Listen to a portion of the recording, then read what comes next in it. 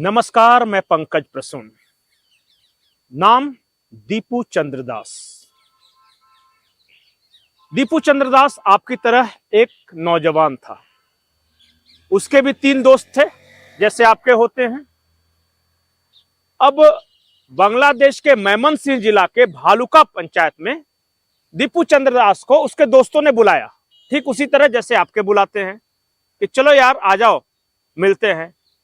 दीपू चंद्रदास गया और अचानक 50-100 की भीड़ ने उसे घेर लिया और उसे मारने लगे, लातों से, घूंसों से, पैर से, सब कुछ। दीपू चंद्रदास चिल्लाने लगा। अपने 3 दोस्तों को देखा, वो चिल्लाया कि जल्दी बचाओ, मार रहे हैं। वो 3 दोस्त आए।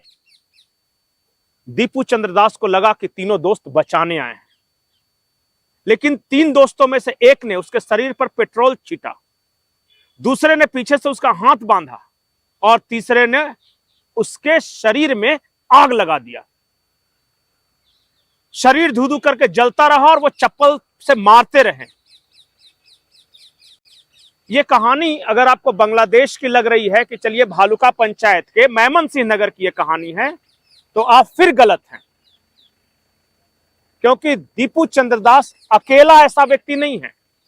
1400, जी हां, ऑफिशियल आंकड़े हैं, 1400 हिंदुओं की इसी तरह हत्या कर दी गई है, पीट पीट कर। बांग्लादेश में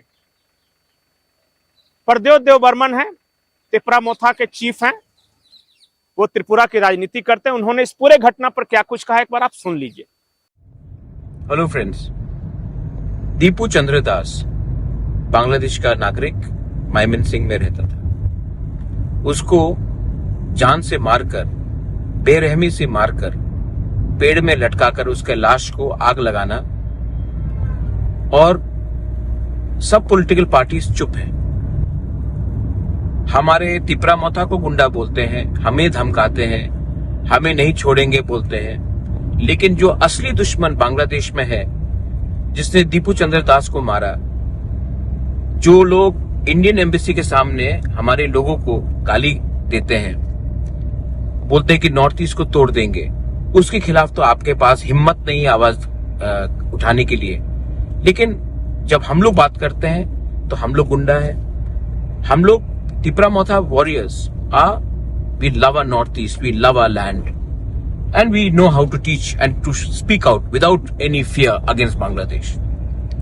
लेकिन आपको अभी भी लगता है कि त्रिपुरा मोथा आपका दुश्मन है, शत्रु है, जबकि असली शत्रु बांग्लादेश में बैठकर रोज हमें धमका रहा है और हमारे लोगों को मार रहा है। लेकिन तभी भी आपको राजनीति करना है, आपको देश के बारे में बात नहीं करना है, लोगों के बारे में बात नहीं करना है। आप भी विचार कीजिए क्या हो रहा है। अगर आपको लगता है कि बांग्लादेश में किसी हिंदू के साथ कुछ हो रहा है तो मेरा क्या, हम तो भारत में रहते हैं। तो अब मैं आपको भारत की तस्वीर दिखाता हूं।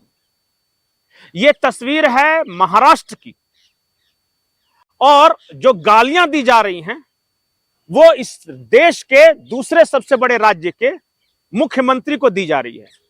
जी हां, बिहार के मुख्यमंत्री नीतीश कुमार को महाराष्ट्र की धरती से AIMIM का पूर्व सांसद और वर्तमान विधायक इम्तियाज जलील क्या कह रहा है, सुनिए, समझिए। एक एक शब्द तेजाब जैसे जहरीले हैं, सुनिए जरा। तू ये समझ रहा है कि तू मेरी बच्ची को कहीं हाथ लगा देगा और हम खामोश बैठेंगे? अगर तू हमारे सामने होता तो तेरा हाथ तोड़कर दूसरे हाथ में दे डालते हम। कोई हिजड़े नहीं है, कोई दूसरी जमात के हम नेता नहीं है, जहां पर हम अपनी बच्चियों की ऐसी बेइज्जती, ऐसी शर्मनाक बात हम सुनेंगे। यह कहानी अभी खत्म नहीं हुई है। अभी तो आपने महाराष्ट्र की धरती से बिहार के मुख्यमंत्री को गाली सुना है। अब बंगाली हिंदुओं की एक तस्वीर देखिए। यह कोलकाता की आज की ही तस्वीर है। नीतीश कुमार के खिलाफ प्रोटेस्ट मार्च निकला है। इसमें मुस्लिम औरतों के साथ साथ हिंदू औरतों की अच्छी खासी संख्या है, और यह सेकुलरिज्म की मिसाल है। बहुत अच्छी बात।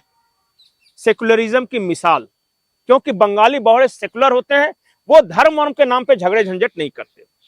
ये अलग बात है कि इतिहास गवाह है कि इस देश में सांप्रदायिक दंगों में सबसे ज्यादा बंगाली ही मारे गए, भारत के किसी भी दूसरे राज्य के लोगों से ज्यादा। लेकिन सेकुलरिज्म की तस्वीर देखिए कलकत्ता में, और अब उसी कलकत्ता के टीएमसी के एक मुस्लिम नेता का बयान देखिए। इंशाअल्लाह ताला एक दिन ऐसे होगा जब बंगाल के आधे पॉपुलेशन वो भी उर्दू बोलेंगे और उर्दू शेर शायरी बोलेंगे।